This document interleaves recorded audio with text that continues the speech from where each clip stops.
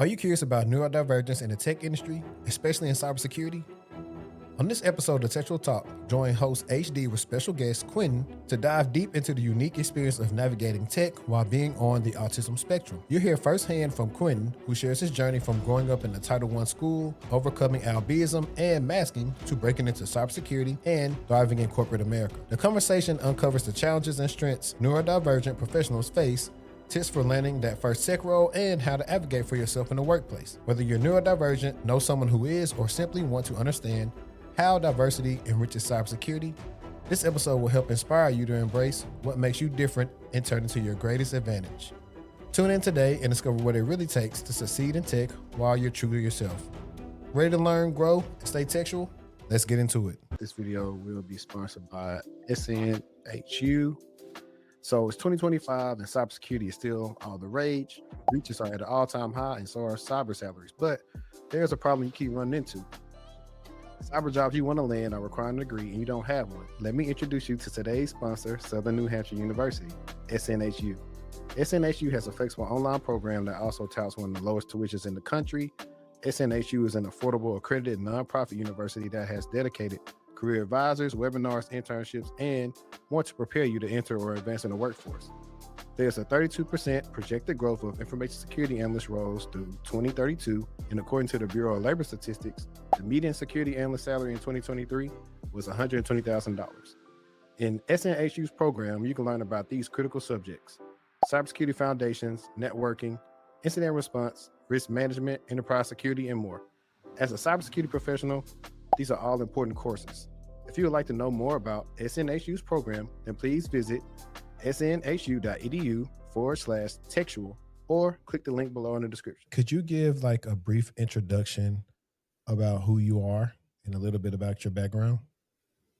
My name is Kwentin Shelton. I am 26 years old. I have 2 degrees. I have a computer programming degree, and then I also have a information technology degree. I am autistic. I was diagnosed at 3 years old.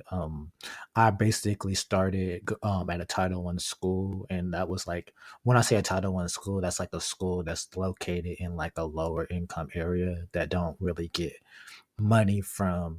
They just get money from the government. They don't get money from like the local businesses and stuff like that. So I started off in a Title I school. After I graduated, I didn't really get any type of scholarships or anything like that. So I pretty much had to essentially get it out the mud. Most of the time I made my money from just getting like the financial aid, which was like the Pell Grant. And then they also had like a scholarship with the Georgia Lottery, which was called Hope. So basically, if you graduated with like a 3.0, you they would pay for like the tuition, but they wouldn't pay for anything else. So you had to come up with the money for the books, the incidentals like laptops, transportation, and that stuff. In spite of that, I got my associate's degree in 2019, and then I immediately started inside of the tech industry with an internship. My first internship was with Fulton County government, and I worked on a project called PC Refresh. And the purpose of that project was when basically with an operating system has like a life cycle, and with government, they're pretty much slow on like upgrading their operating systems. And at the time, it was Windows 8.1 that they had on their systems, but it was finna go be decommissioned. And they told them basically by 2020, if you guys don't have your systems upgraded, you guys are going to have to pay us every single day that you guys have these machines on the network, because whenever our operating system is no longer getting updates, it poses as a security risk. So my job was basically to go in. We use a software called Bellark, and it would scan all the softwares on the computer, and then we would go in, scan the softwares that's on the computer, do asset management, and then basically upgraded from Windows 8.1 over to Windows 10. So that was pretty much like my intro into the tech scene. After getting into my internship, I decided to like continue my education, and that's when I went over to Kennesaw State. And when I went over to Kennesaw State, I decided not to stay in a dorm. I decided to stay inside of a student apartment just so I could have more freedom and stuff like that. Because in a dorm, you don't necessarily have privacy and everything like that. And um, 3 months into me moving in, I COVID started and everything like that. And a lot of people struggled during COVID, but for myself, I felt like it was like a reflection period. It gave me time to apply for grants and stuff like that. It gave me time to do like job shadowings, and a lot of job shadowings were like remote at the time. And then eventually, I did get position, a student assistant position at Kennesaw State, where inside of IT. And at that time, like I said, government places are slow, but at the time, Kennesaw State and a lot of other universities were scared because they were just like, oh, they're just like, oh my gosh, we're not going to be in the classroom and stuff like that. So my job was basically like to get the systems and stuff together for it to be digital. And that was like a process in itself. Like I did, they had a 5 million, helped them with their $5 million iPad project, and my role was to basically do the asset management, make sure that the image was installed on it, and make sure that those devices were distributed. Along with that, my job was also to do like classroom sweeps. So I would check the projectors, I would check the web connection inside of like the classrooms and stuff to make sure that everything was good, because the way they had it is like half of the people would come into class, the other half would be online. So I would make sure that the technologies and stuff for the web students were good. I would make sure that the students who did not have internet at home had um, routers, because they gave them routers as well. So that's a little bit of like how I kind of like got started into tech. Man, that was a lot, man. Thank you for that.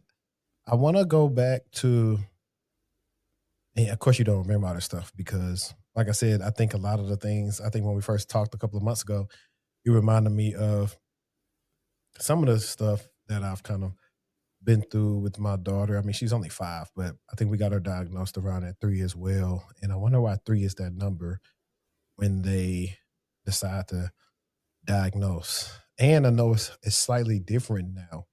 I think that they have more research, and so that's why they base these spectrums and severities, and I think it was different types that you can have. I could be wrong on that, but I believe it's different types. And I know when I was in elementary, technically the only people that they may consider to be autistic would be maybe more severe cases versus kids who weren't as severe. They might have had them at least have an IEP and maybe put them like in special education classes, but they possibly wouldn't be deemed to be autistic possibly back then. That's kind of just from my experience. But how was, or you can go back to the earliest memory you could think of, maybe like elementary, middle school, about knowing you had like a disability, and how was going to school for you? I guess that's what I would say. Like, how was school for you outside of it being like, in a low income area? How was it? I can say as like going to school for me was like I always knew I had to work harder. Like when I was in kindergarten, they pretty much did not know what to do with me. Like when I was in kindergarten, like some half of the day I would spend in small group, and then the other half I would spend with like the general educational people. And I remember when I was like younger, I was always an inquisitive child, so I was just like. I'm tired of just being pulled from this direction, pulled to this direction. They asked me like, what are you gonna want? What do you want to do? Do you want to be in the small group or do you want to be in a general education? And I was just like, I want to be with everybody else. I want to be in the general educational classes. And like, um, from that day, like my mom, and my dad had a talk with me, and they're just like, you're gonna have to work harder than like everybody else and everything like that. And I had strengths and then I also had weaknesses. Like my first like couple of years, um, I struggled with like reading comprehension. Um, and like to this day, like for me, the way I learned how to read was not traditional. Like they had me like sound out the words. And sounding out the words doesn't make sense to me. So the way I like read is like basically like I hear the word, they had me write it down, and I would just use my muscle memory in order to like learn the words and stuff like that. And then my mom got me like this tool. It was called like a spelling dictionary. So I would type in the word, and then it would like tell me how to say the word, and then it also tell me what the word means. So like it would be a lot of that. And then at the time they had something called a leapster, and with the Leapster, basically it made learning kind of fun. And for me, I'm kind of like a virtual learner. I learn by practicability. That's why I'm good at like technology, because technology is not theory. You're actually doing. The worst thing you can do in technology is break it, but you after a certain amount of trials, you can like rebuild it. So um, with mathematics, though, I succeeded. Even when I was in kindergarten, I couldn't read, but I was the only kid up in there that could count to 100. So, um, with like when it came to school, elementary school, I struggled. When I came to middle school, I started to get it together. The thing I struggled with the most was like time management. So like for myself, if I'm interested in a task, I would just like focus on that one specific task, and everything would go to the wayside. So like what my mom used to do was she would put planners inside the house, and the planners would be virtual. And um what she'll do is she'll get like a poster, and then like she'll get these like adhesive sticky things, and then once I have a task done, I'll move it over to the other side. And then when I'm on the computer, we had two types of computers. We had like a home computer, and then I had my own personal computer. And um, for fun time, my mom would get like on the microwave, and there'll be like a timer on the microwave, and she's like, you have this much time for playtime, and then the rest of the time you're going to like study. And my mom was always like on my butt. She was like, I'm gonna be on you like water on rice. Um, so like once I got into like high school, I pretty much got it together with time management and everything like that. I was in clubs. I was in FBLA, which is Future Business Leaders of America. I was in Beta Club. I was in Chess Club. Am I leaving anything out? I was in the National Technical Honor Society. And then later on, I was even in the top 10% of the class. There was just like a lot of the school that I went to was very ableistic. I remember when I was in high school, and at 16 years old, they in fact told me that um, you can go to college and do the dual enrollment. And dual enrollment is like um, you're in high school, but you can take college classes. And I was just like excited, but like they basically told my mom like if he does this program and everything like that, then he's basically going to lose his accommodations and stuff like that. So he can either stay in this like program, and he can basically stay in this program, or he can go to do the dual enrollment and basically like lose his accommodations and stuff. And at the time, there wasn't like how it is now. Like you got TikTok, you got IG, and everything like that. So now, if that happened, people would be like, go on Instagram. People would do stuff and be like, "This is discrimination. I'm going to sue the board of education and stuff like that." And it wasn't like a whole bunch of like information. My mom was like very educated. She had 2 degrees like myself, but the information and stuff wasn't out there like it is like now. So it would be that. And then in school, I would say like I chose the math, like because I knew if I did not math, I would get bullied. So like um so in school and stuff like that, I was more or less like neurotypical passing. Most people did not know that I had a learning disability because I didn't make it visible and everything like that. I saw and it was like I was fearful too because I saw what would happen. I saw what happened to the people who um basically couldn't cover up their disabilities. If you ever watch X-Men and you see like the mutants that could cover up their powers, how they got treated versus the ones whose powers were way more apparent. You had the sentinels and stuff coming for them, throwing them in jail and stuff like that. It was like the same instance. And it was sometimes I would deal with ableism, but most of the time I would deal with ableism from the like teachers and not the students most of the time. Wow, man. That's deep. You got a very good memory. Um, you said a lot. I think one of the things I want to ask you is, were you also, so I don't know if you're on Twitter or X as it's called now. There's this thing where it was like a year or two ago. A lot of people of us, where it's a lot of us probably it's like undiagnosed or where we have going on, but we realized a lot of the kids that were gifted, they were either in the gateway or the discoveries, end up to be diagnosed with something later on in life. Were you in any of those programs, like a gateway or discoveries or anything? That's funny that you asked that. When I was in 5th grade, I got the third highest math score in the whole entire school. Uh, And the next year, my mom was prepping me. I was reading books and stuff. My mom always took me to the library every 2 weeks. And I would get like the computer books. My mom was like, no, you need to get this book. And one book in particular that I read was The Watsons Go to Birmingham. And I was crying reading that book because, like, again, I had like a learning disability, so that side of my brain uh, did not like register. So I would be crying, literally reading that book, and then they placed me into like gifted classes and everything like that. And I didn't even last like a whole entire week because it's the same situation with the dual enrollment.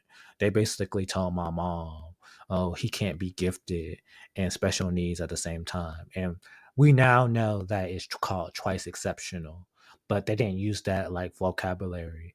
And I was just disappointed. And like my mom had told me, my mom before I even went to school, my mom went to Starbucks, took me to Starbucks that morning, and then she basically like in short, she cursed the counselor out.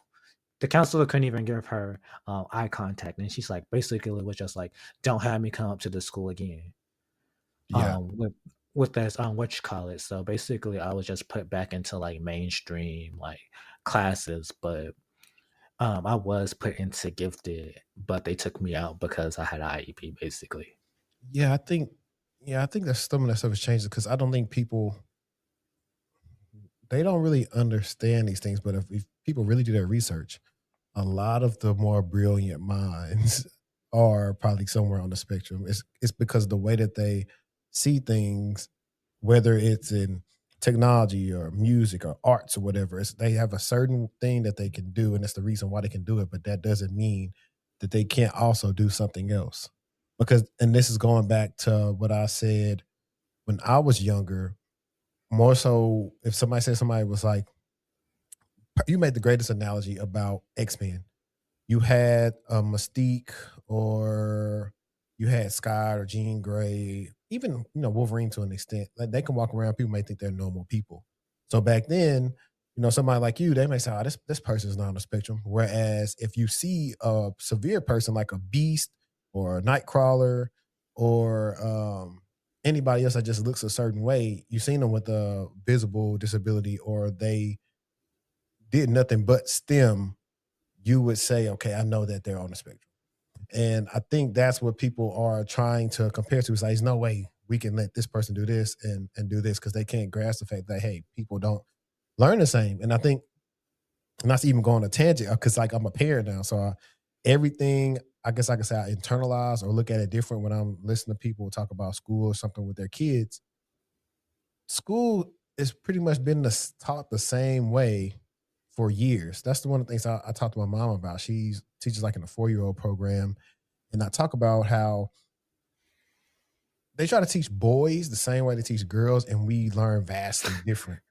Vastly different. They'll try to say you're bad because you want to move around and do things, but honestly, it may only take you 30 minutes to 60 minutes to get that lesson for the whole day. You don't need to be there the whole time sitting down. Your boy's supposed to be running around and playing and getting tired, not sitting down at the desk and having to do this. And I think that's one of the real issues why you have people disinterested or boys disinterested in learning or school because of the way that it's taught. That's not what they gravitate towards. And then that starts the ripple effect. Oh, this kid is bad. Or now he just wants to sit still and all this other stuff. Meanwhile, the whole time, most of the time, he's just a boy. And then you start going into if they have being diagnosed with stuff, and are you making sure that the teachers are actually abiding by the IEP and giving them the help that they need? All those different things, man. It's just weird, in my opinion.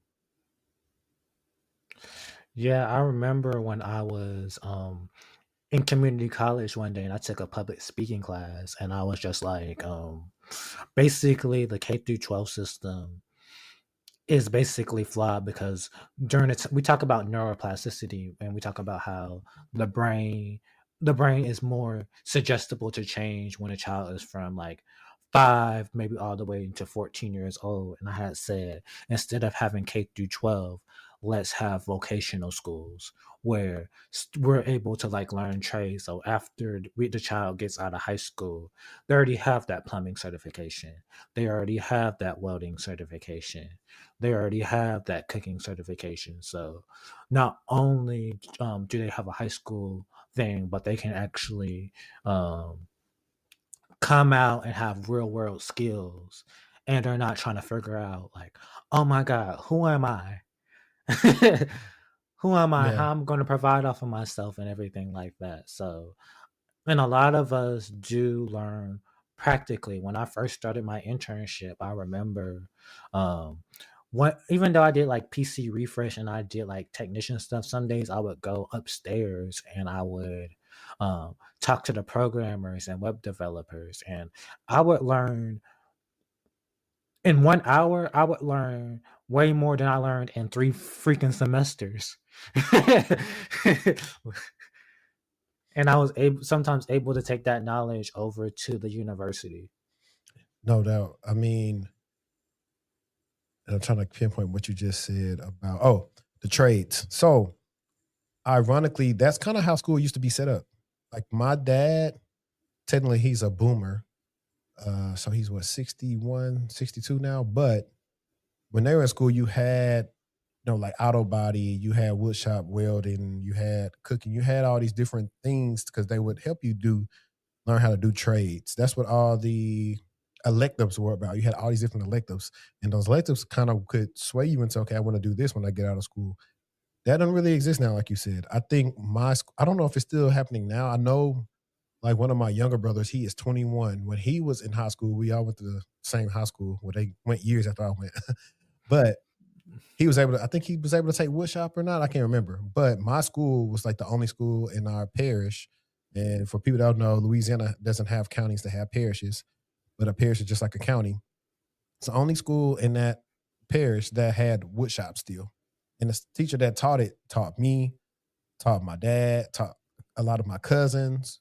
But we did woodshop and welding there. But that didn't really exist throughout the city. And so that's when you had the push, which I think is, another marketing ploy to get people to go to school, because honestly, everybody wasn't meant to go to school. It was really it was supposed to be the best of the best went to college, not, hey, go to college just because you don't have anything else to do. So then you see people not do good the first semester because they were never supposed to be there to begin with, to be totally honest. So it's a world for both. It's a world for trades. It's a world for schools. Everything in between. But now I want to focus on. I know you said by the time you got to high school, you got it together. I want to ask you this too? because I know this is one of the things that sometimes people on the spectrum deal with. Well, two things. I want to harken back to the masking part. And I guess that's also something I ask you later on about masking when it comes to work. But socially, how did you feel going to school outside of the masking thing? Like, did you feel like you were okay at least? I won't even go as far as saying like making friends. I'll say like at least like having conversations with people and talking to them back and forth. How was that for you? Um, it was good. It was like good to a certain degree, but like sometimes like I wouldn't like always like catch on to like the like jokes and like body language and stuff like that with people. And then for myself, like I was like a late bloomer. So when I came to high school, I still look like an elementary schooler. Like, Mhm. so that played a part. Like people sometimes would be like Mickey Mouse, they're like Mickey Mouse and everything like that because like my voice and stuff didn't really come in until like 16, 17 years old. So like most of the time I would just be looked at like you know how you have the mom be like um take your little brother out da da da da and they don't really be wanting to take like the little brother out where they just like deal with them. Mhm. That would be kind of like be me. Like I would when it came to jokes and everything like that, I did know how to roast and stuff like that because like of the household I came into. Like my mom was sarcastic, my dad was like a sailor mouse. So like when people like used to like try to roast me and stuff like that, I would have like what they call like the clapbacks and stuff like that. I even gave people names and stuff like that sometimes. Like Do you? So this is something I used to do. I want to know if you did it too. You're sitting back and observing, and people don't believe it, but I definitely am. I'm definitely a good roaster. I had to learn how to roast. I wore glasses from the age of like 4 to 25. My family, we never had like, cool cars, vans and stuff, and where I grew up. So I always, had to defend against the jokes. But I will always I'm observing everybody. I'll say, okay, if they ever say this joke to me, this is going to be the joke I say back. Did you have that ready for them?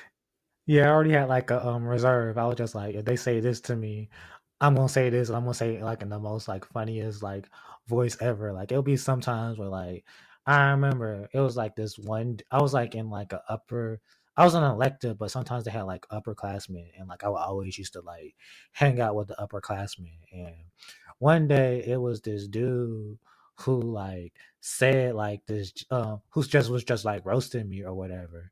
And I was just like, all right, coffee bean. And then like everybody in the classroom just started laughing. And then like after that, like he was just trying to like dab me up and stuff like that. But like I would always have like jokes for people and Mhm. some I Yeah. always had jokes for people. Like one time, it was like this person who just like had said something to me, and I was just like, okay, gator mouth, and then like everybody in the whole entire like school started calling her that name and everything like that. Like Yeah. for me, I always like would like I'm a very like observer, so I just like look at somebody, I just be like, okay, I'm taking mental notes of this. I'm taking mental notes of this just in case. Cause like again, like growing up, I was like short. I'm to this day I'm still small frame, but like I was like short, skinny. I didn't have like the flyest gear. Like I had sometimes went to school with starters, which is like Walmart shoes. We had like uniform, but like some people had like the polo, um, the Levi's, the True Religion, and stuff like that. I had none of that, so um people sometimes would just think like I was just like an easy target, and then like once they realize like I was an easy target, somebody would just like look at me and they'll just be like, "Oh yeah, he crazy." Yeah. That's good, man. I be trying to.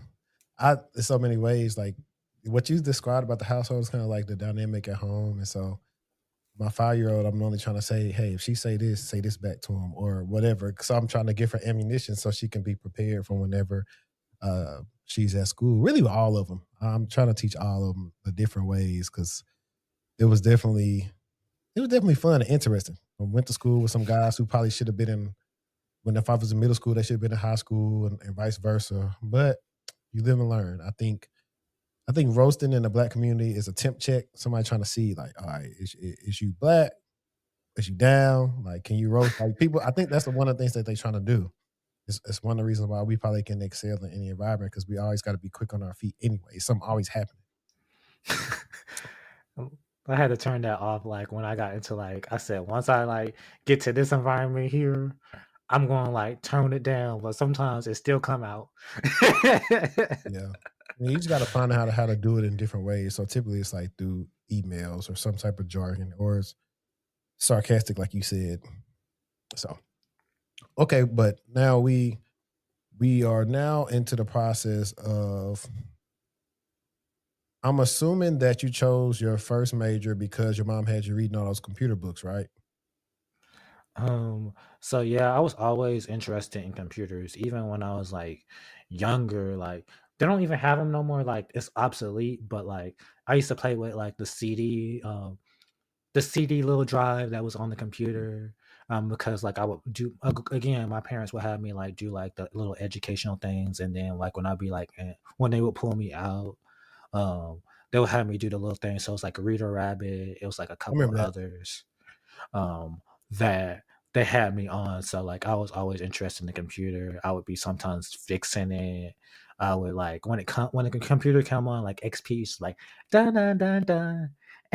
So I always was interested in it and like um the funny thing is, like, I struggle with, like, reading, but, like, my mom when my mom would take me to the library, like, she couldn't even take me to the library in, like, Clayton County because it was, like, a black section, and they talk about, like, zip lining, so, like, the books were out of date, so my mom would take me to the next county over. And when I went to the kids section of the library, the books were kind of like lower levels. So I would actually have to go to the adult section and I would read like I don't know if you're familiar with the dummy books. Like I would read the dummy books and I'll actually have like DOS, if you're familiar with DOS, like I would like put in the commands for that. Um I would be doing like the little C plus plus. I would be doing stuff where and I don't know if you're familiar with batch. So batch is basically like how you can make the kernels in the computer do stuff. So I'll make like the keys light up on the computer. I would do like launchers on my phone. Back in the day, if you're familiar with jailbreaking, I would do like the Cydia. Um, so like Yeah, that was I the already knew. prime of iPhone when everybody was getting the iPhones. The jailbreaks was like always the new jailbreak was coming out. So yeah, I even found a way to like jailbreak my phone without Cydia. It was called a semi um, jailbreak. And with a semi jailbreak, what you would do is you would go on like this website and you would download something on your computer, and then you'll basically put like a certificate on your phone. And like the same way you put a VPN on your Yep, phone, you'll the put like a profile. little like you'll put like a little profile on your phone. And like I used to have like the Snapchat Plus where like I could save people's Snapchats. I could go on Snapchat and watch somebody's Snapchat and they wouldn't even know that I watched it. Yeah. um it got to the point where like I don't know what kind of mechanism that they had on like Snapchat, but it got to the point where Snapchat actually messaged me and they were just like, you can't you need to like delete. They were nice about it. They're just like, you need to like delete this da da da da by this date or we're gonna like ban your account. Yeah. They was doing the same thing when I used to have, well, I still got an Android phone now, but back when used to have Snapchat, they had all these different third party apps you could download. So it's the same thing. And that was the main reason why I went to Android. Is like, I don't even got a jailbreak. I could just sideload apps. So yeah, I was interested in computers, and I still have this idea in my head. Like when I went to school and before I even knew about the tech industry for real, my idea, I used to watch Shark Tank and I still sometimes do. I was just like, I'm gonna invent a program. I'm gonna learn how to do this so I can like invent my program. When I was like was taking programming classes, um, they only would teach us so much, and I was just like, and there would be certain sections that our professor wouldn't like show us. So I would go to the office hours, and I'd be like, how do I make a graphic user interface? And then by the end of the it wasn't even an assignment. Like I just went to I just went on YouTube, typed in this dude called the New Boston, and then he showed me how to make a graphic user interface using Java. It was called using Java Swing and then Java FX. And a lot of people don't know about graphic user interfaces. You actually use CSS, which is basically what you use to design a website. You can also use that to make a graphic user interface. So like, yeah, I was like definitely into like computers. Like I used to like get into it with my brother for the Wired magazines. I still have the Wired magazines in like my apartment right now because some of them are collectibles. See, I never had those magazines. I was more so into. I used to get the Game Informers and like the Nintendo Power. I used to get those magazines. Then eventually I graduated to getting like what's those magazines? Men's Health, the Men's Health joints. I never had any of the tech ones. Oh, Jet. Did y'all have Jet magazines at home? I never got the Jet ones, but I did get the Game Informer ones, and I also got the IGN ones, I believe. And then there was like another one I want to say it's gonna be on the tip of my head. JQ JQ magazines, and I used to get those because it used to have like the little cologne, little samples that you could just like scratch and rub. Okay. Cool, cool, cool. Now, so the first major, that's the one that you did the community college at, right? Hmm. All right. I want to talk about because you did the PC reset refresh going into Kennesaw State, correct? Yes. Okay. So let's talk about some fun stuff. So when y'all did the PC refresh, I know you told me the tool that y'all used to scan all the applications, but were they all so the were all the endpoints were they all the same OS or what? Were they much more like XP and like Windows Vista, Windows 7? Like what type of operating system did those computers have on it, if you remember? So yeah, a lot of the endpoints were on Windows 8.1. I don't remember any of them being. I'm gonna take that back because when I was doing the Fulton County government, that one was interesting because when I first started, they actually had to like take my fingerprints during like inboarding because what ended up happening was like I wouldn't even just go to that specific building, the Fulton County government building, but I actually had to go across all the sites that's in Fulton County that's associated to Fulton County. So libraries, behavior health places, water plants, anything that was associated with Fulton County. Um, we had to go to. So it was laptops, it was like tablets, it was like workstations. There was like some workstations that were like so sensitive where we would have to take the laptops over from their site over to our site, and we would go into like this data room, and basically like they would like put the computer into like BIOS, and basically they would run a script on it, and then they would do something with the DHP. um, because some of the computers on there, the reason why we ran the Bellark in the first place because we wanted to make sure that it had the same image on the computer. When I mean image, it mean like when you when you're working on a computer sometimes like uh and you have an image, basically you all the icons are going to be in the same place. um if the software doesn't work specific, if there's like a software that doesn't is not compatible with the next operating system, we would have to like do a hot fix in order for that specific software to work. So yeah, there was like I think it was like one or it was like a couple of computers that were on XP, and the reason why they were on XP was because sometimes what you have sometimes with a system is that's why we have Dockers now, or we have That's another word for Dockers, but the reason why some computers don't run on XP because that computer would be like a software host for the other computers. No, perfect, perfect, perfect. Now, I want to switch gears and ask you something too. What made you want to get into cybersecurity?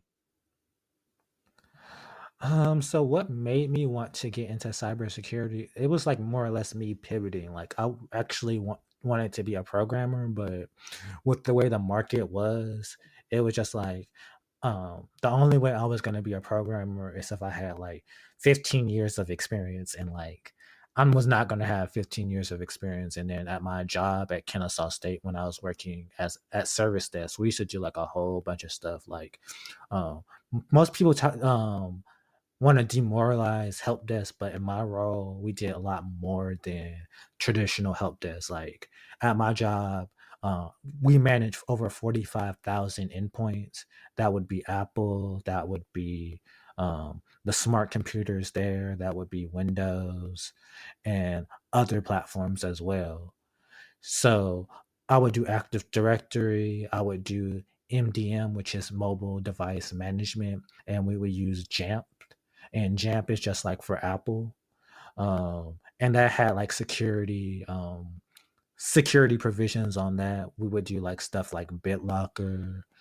We would do I even got cross trained at one point by the cybersecurity team. So I would do stuff with Splunk, um, and I'll also do stuff with email security. And email with the email security, what would happen is um, a user would like get an email, and when they were reported to phishing, Mm-hmm. it would go over to this other platform called Know Before.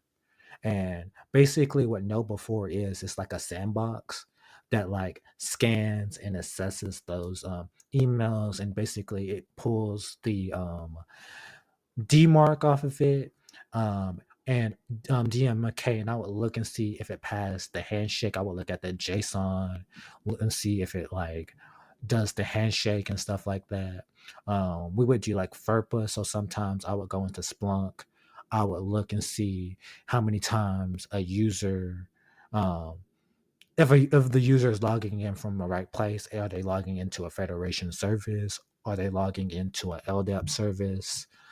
What is the user agent? So I realized that I was already doing stuff in Mm-hmm. cybersecurity, and I just exploited that loophole. I just like I don't have the title for it, but um, I'm already low key already doing stuff in cybersecurity. I just don't have the title. So one day I was like doom scrolling on like LinkedIn.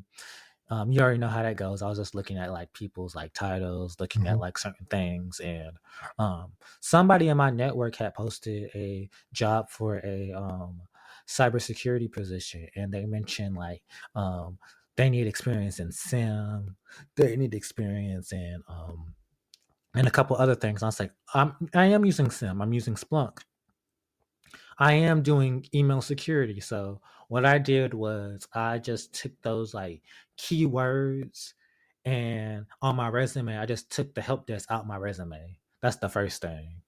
Took just eliminated that and changed it over to IT analyst.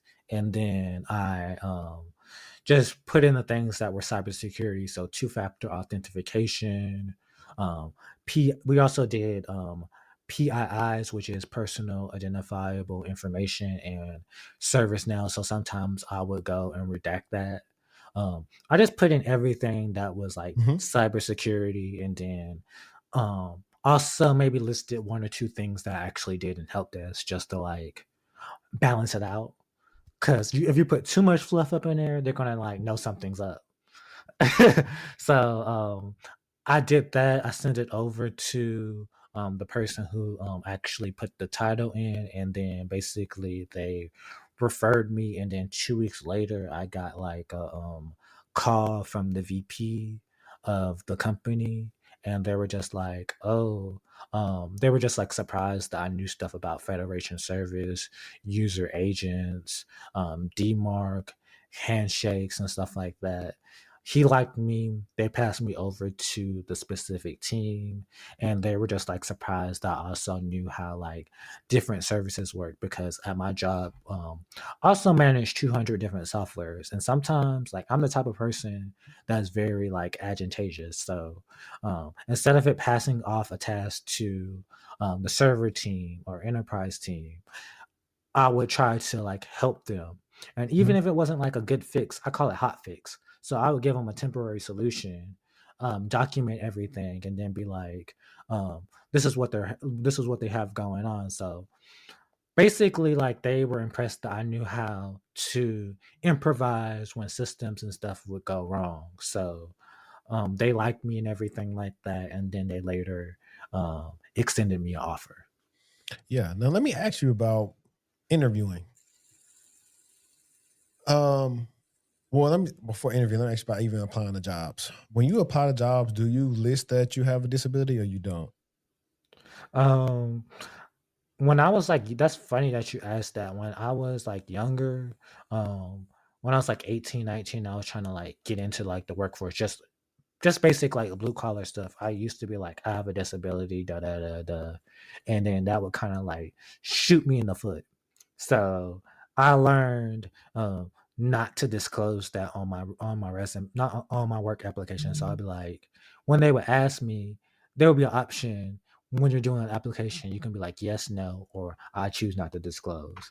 I put I choose not to disclose, and then once I get into the door, Mhm. that's when I tell them I have a disability, because you can't like fire me or Once for you having find a that out. disability. Mhm. Yeah, no, I'm saying this. I want to ask that because I think there may be some people that struggle with it and they wonder, like, well, why nobody called me back? I know I can do the work, because that is a part of DEI. Like, so much stuff where they just try to make DEI be about black people, but no, it's about much more than that. It's anybody, it's like a minority, people with disabilities that you're trying to say can't do a job when obviously they can, you know, but those disabilities come like different perks or whatever. Like, some people don't like to be on a camera, based on their disability where they have, hey, I don't have to be on camera or I can't do this or whatever, or I need to manage a smaller team. It's like, just different things that'll help out because people will try to be unfair to you unless they realize, oh, okay, hey, this person operates a little bit differently, but they know exactly how to do the job. Or let's take it a step further. In past interviews, have you ever struggled with answering questions that weren't specific? Like they ask you something that's like open ended, or they don't know the way how to ask you what they want to actually ask you, and so you're like, "What? What are you talking about?" Or I don't know that. So I used to be suck at interviews. I'm not gonna like sugarcoat that. But when I went to Kennesaw, used to have a program. They have a really good career program. So during the day before their job fairs, you actually get to sit down with their recruit. They would actually bring like recruiters from the industry, and you could actually sit down, talk to them in practice. And then they also had like mock interviews and stuff like that, where you could actually like practice. And like I remember when I was it was like 2021, and I would get to the first and second round, and I wouldn't wonder why like I wouldn't get like that last like offer. And every 2 weeks I would go and talk to my career advisor, and she would just give me like tips.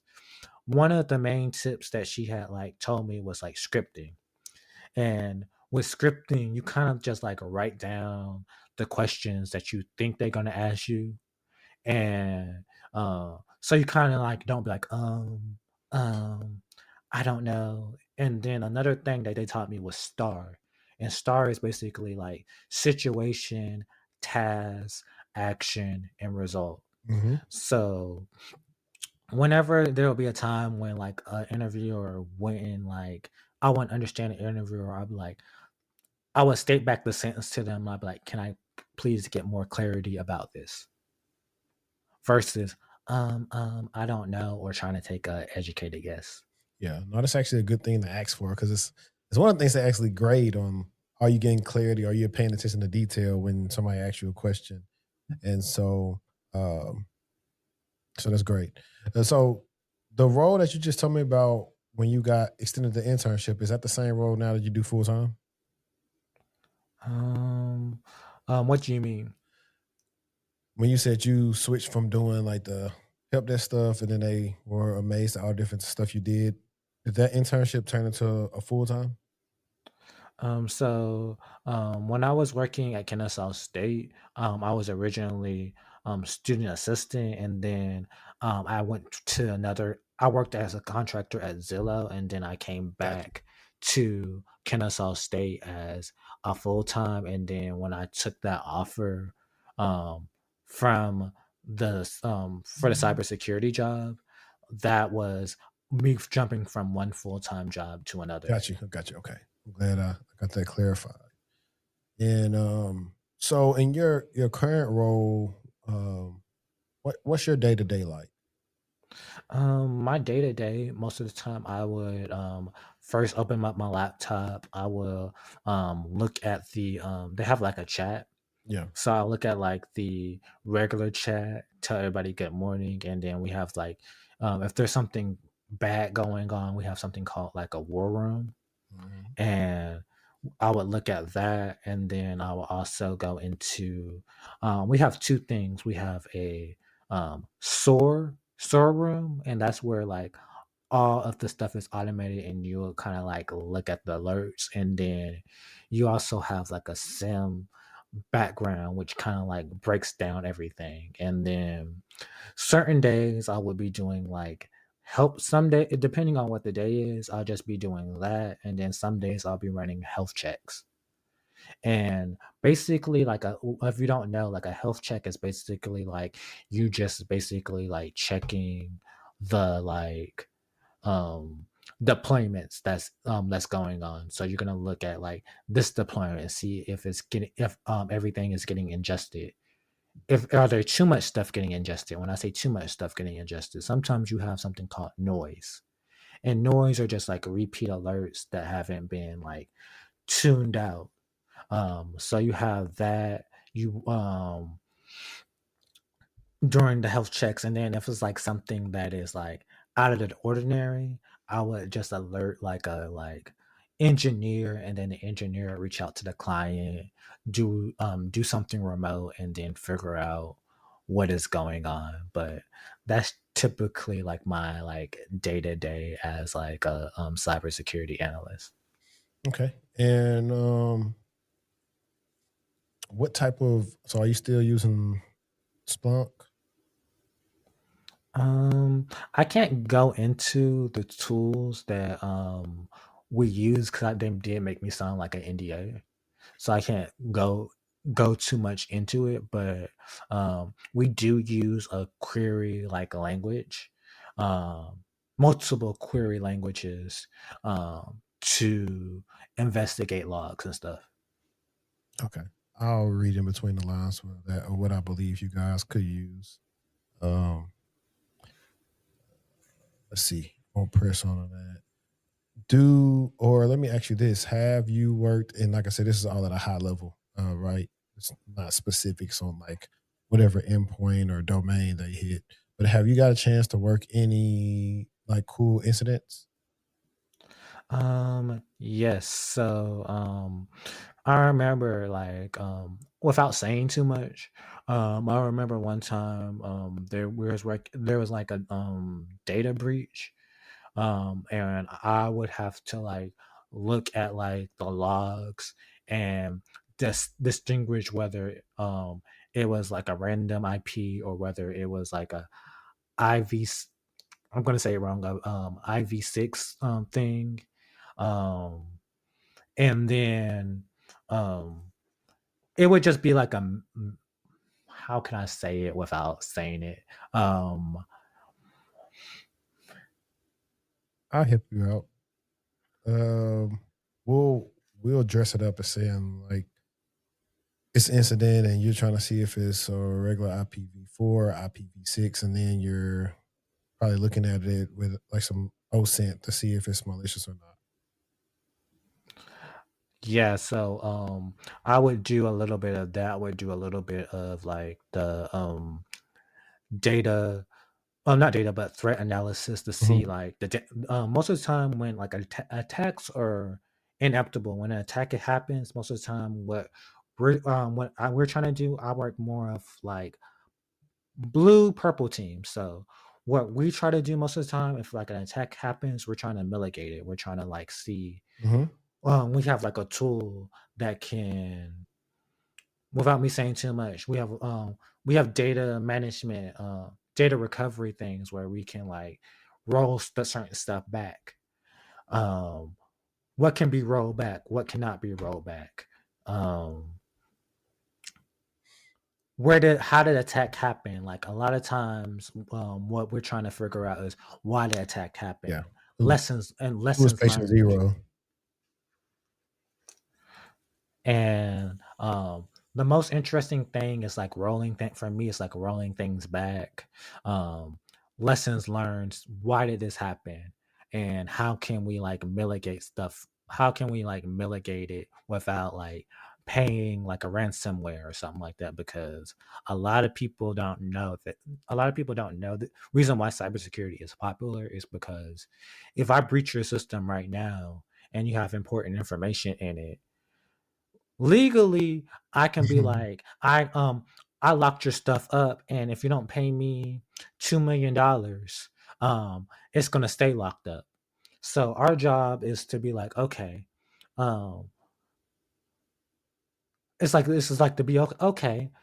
This happened, but already have a mechanism that's in place to where we can roll this back.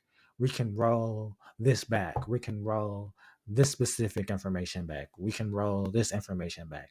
How did this person even get into it? So like when that person is charging us that specific amount of money, they can't really charge it. How are you going to charge us money for something that we already kind of like recovered back?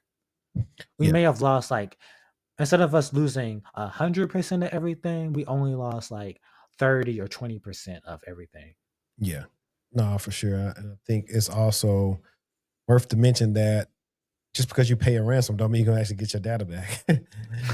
So that's one of the ones to list. And I think also this is where all the governance and stuff comes into play about what type of your risk assessment acceptance is, and your, like you said, your backups, and how can you keep on doing business, or was the data critical to business? Is it prohibiting business, et cetera, et cetera? So all the people that make all those big decisions that are like, the big wigs. Now, in your current role, do you get to do any cross collaboration with, like, vulnerability management? Like you said, you already mentioned security engineers. What about like threat intelligence and GRC people? Like, do you send any calls with them, or like maybe in the past incidents, that's when like everyone was in the bridge call, like kind of just talking and getting ideas, bouncing them off each other? So yeah, I do like a little bit of like threat management, Mhm. where I would like look at something and then I'll do like an investigation on it. And then when it comes to like collaborations and stuff like that, I can say that when it comes to like my programming knowledge really comes in handy.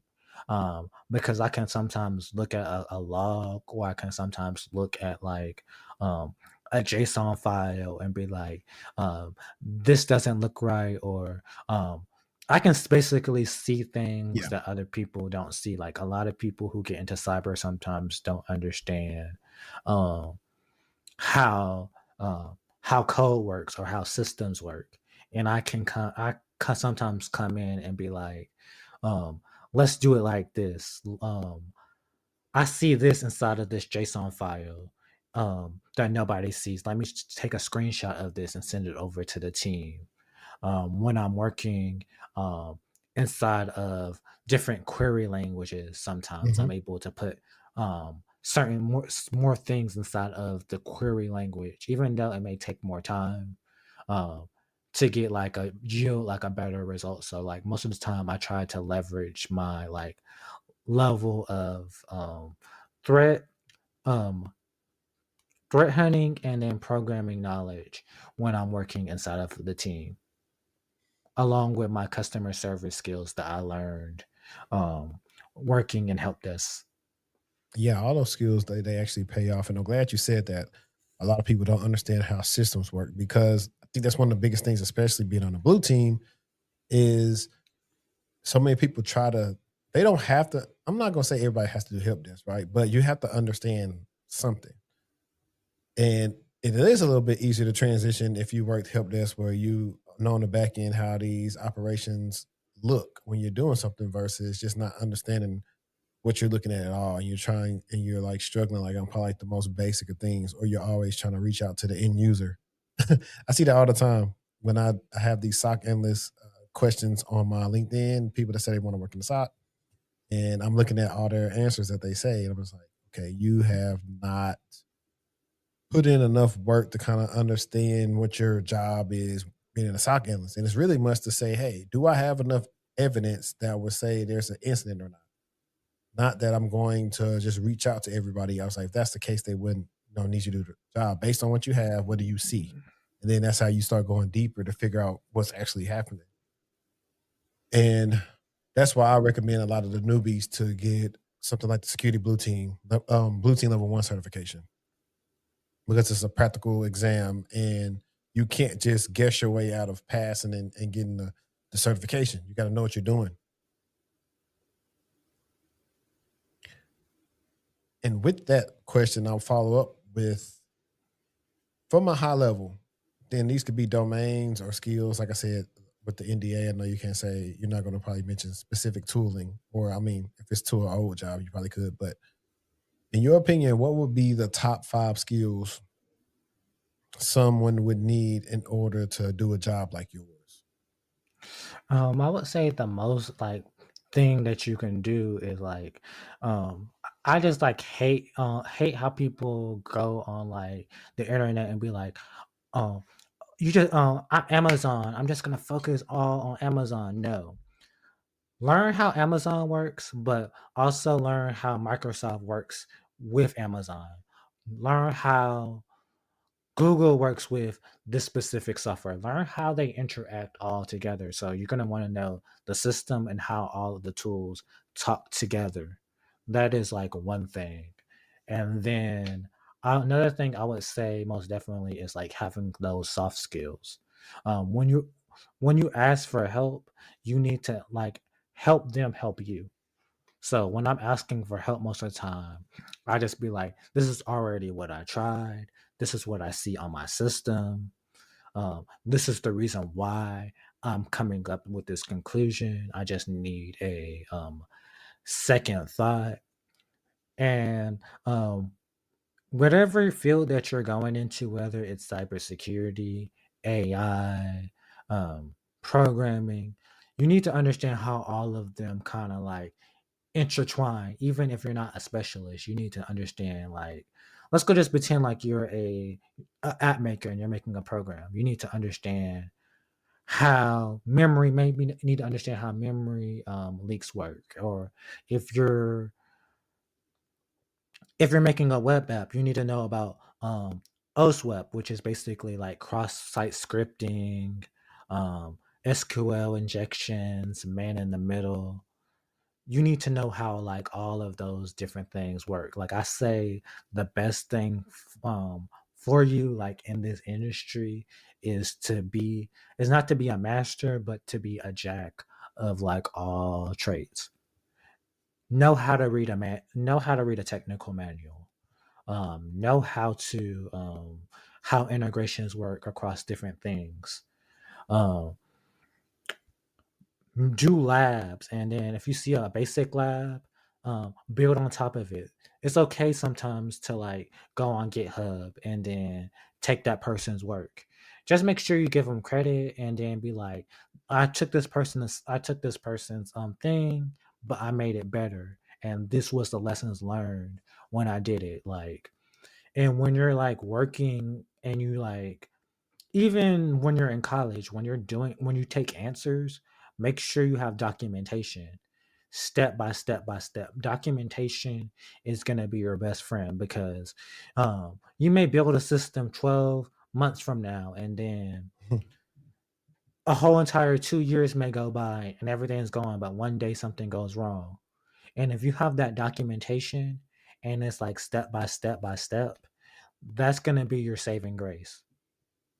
Yeah, no, for real. I think a lot of people underrate documentation. And something else you said that I liked was when you reach out to people, you don't just say, "Hey, I need some help."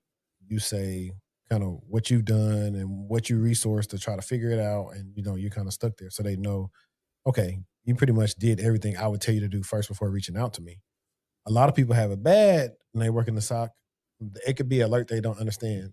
Instead of trying to actual do the basis of what would you do triaging it, you just took the alert, threw it in the email, and sent it over. And it's like, if that's the case, we can automate that if that's what you're going to do. And so I definitely appreciate you saying that. Now, I want to ask you, for other people who are on the spectrum, what type of advice would you have for them, working in cybersecurity or just in corporate America in general? Like, how would you advise them to go about their job search journey? When it came to my personally, when it came to my job search journey, like I would say, like don't get discouraged, and like I don't know how people are when it comes to faith, but like I believe in God and everything like that, and like for me, God gave me a vision and everything like that, and I was like, I'm gonna like stick to this vision. I remember, um, I was like, it was like my last couple of months of like school, and they so-called had job programs, but they weren't really like job programs and stuff like that. And I pretty much had to think outside the box. Like, um, they would have like um, they would have like job fairs at the school, Mhm. but it wouldn't really be like job fairs for like high demanding like skills. It'll more or less be like, um job fairs that you could pretty much get off the street, like jobs at Walmart, jobs at Home Depot, jobs at this place, that Yeah. place. So eventually, I was just like, for me, sometimes I just call cow manure, and I was just like, I went up to the president. They couldn't give me no answers, and then like I, they had like a career, development place at the back of the school. So like I would walk across the street like 2 or 3 times a week, and I know that those people got tired of me, but, I'll walk across, like, the street, and I'll be like, "This is my resume." I also had, like,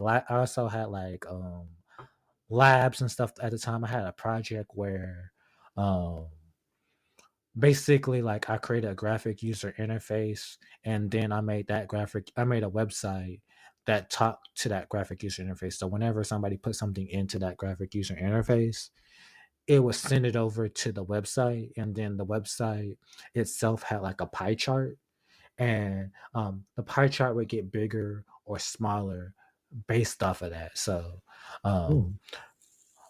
I would just like do stuff like I would talk to talk to the career development person, and then eventually he just remembered me because I just came up there so many times. I was like persistent. I was not taking like no no as an answer. Like I knew the sky was the limit, so I wasn't too much taking like no as an answer. And when I did like kind of like break into the door, I always would request accommodations. Like I remember one time, um when I first started that job at the time, it was like for Fulton County government. Um they had told me that we're gonna drive you to each site because again at Fulton County government we would go to libraries, we go to this, so they were assigned to take us to different sites. So it was this one day where this gentleman was like, "Oh, you're gonna need to take the bus to get to this location or whatever." And I was like, "But in the job title, it said transportation would always be provided by you guys." And it was people there that was looking at me crazy and everything like that. But I pretty much made sure I stood up for my rights um, there, and and then somebody else it got to the point where somebody else was just like, "This is discrimination and stuff." And then when that D word came in, folks started to act right. So I would say like, make sure that you stand up for yourself, even if people try to like gaslight you or try to make it seem like you're crazy for asking for accommodations. If once you get accepted into a role, and they don't try to properly accommodate for you, that is classified as discrimination. And a place, any place that you work at that is like corporate, whether it's private, they don't want anything with discrimination. Oh yeah, that's So fair. I would say always like stand up for yourself when you're working. For me, like even after I got the job at Fulton County Government and I was a student assistant at Kennesaw State and I wanted something better at the time. Because when I was a student assistant at Kennesaw State, they were paying me like minimum wage. And I was like, okay, I want something better. I applied for I'm gonna be real with y'all. 50, I applied 50 times to places. I will have an interview every single week. I started in January. I didn't get an offer until April. So I would say like stay persistent, stay on your guns, um, and use your different platforms. Like for me, I just didn't just apply. Like I would apply. After I would apply, I would like get the email of whoever was the recruiter. I would send them an email. Um, I was at a good school, so I would like go to the career office. I leveraged LinkedIn, and that's how I really got my offer for Zillow through LinkedIn. Like LinkedIn was different in 2021, 2022. So like I would like leverage my LinkedIn, I would leverage my connections at the school. I would leverage my connections on another platform called Handshake. And if you're in college, you can use a platform called Handshake, and that's pretty much where like all of the colleges unionize together and they'll give you offers just not in your area but just around the United States. So I would say like when you're applying for jobs, do not put all of your eggs in one basket. Have multi different facets of this way is not going good, you can go on this way. If this way is not going good, you can have this way. And then what always kind of happens for me is like once I get that one job offer, I get like two or three job offers out of nowhere. Yep. It always happens. So I would say like maximize like your opportunities through that. If you gotta like practice in the mirror through your thing, for me, I would script, meaning like I would get a journal and I would practice what I'm gonna say. Like when I would email recruiters, what I would do is like um, I would have I would go to the career office and they would help me with this one script. And what I would do is I would email the recruiter with the same script, but I would just change one or two words together, and I would just like send it to them that way. Yeah, So that's pretty much kind of what I teach is short and sweet scripts to get attention. And one of my other questions I thought about, I know we talked about this briefly, but like, how did you end up finding the show? Because guys, well, actually, let me say this, guys, y'all don't know. Quentin probably sent me. I don't know if he sent me emails on multiple of my emails or whatever, but I ended up reading it, and I was like, man, I gotta get this young man on the show. And like I said, we did eventually talk, and we are supposed to been do this, but technology and life been happening, or they say life has been lifing. But we're finally here today. But I'm always interested in how people either even discover the show and how the show has been able to help them in their own career or even life for that matter. So like I've been watching your show for like quite a minute. Like um in 2023, like here's like a little backstory. In 2023, like I graduated and life just started happening to me. Like I had two family members that passed, and then I was working like the job at Kennesaw State, and like leadership there was like promising me stuff, but it's just like you know how you work somewhere and they just like be like dangling like a carrot, Mm-hmm. but you're never really gonna get that carrot, or you're gonna be like an old man by the time they give you that carrot. So, um, in 2024, I just decided to like get my life together, and like I was typing in breaking out of like excuse my language. Um, I typed in how to break out of help desk hell. That's what they kind of like call it. And his channel came along, and like I was intrigued by his channel because he was like another like another black guy that was in tech. And being a black guy in tech is like hard. Like we only represent like 7% of like the whole entire industry. And like when I'll be working sometimes, I'll just be watching his channel. I would just be taking his tips and stuff like that. Cause I was like, I'm gonna find me an intersection.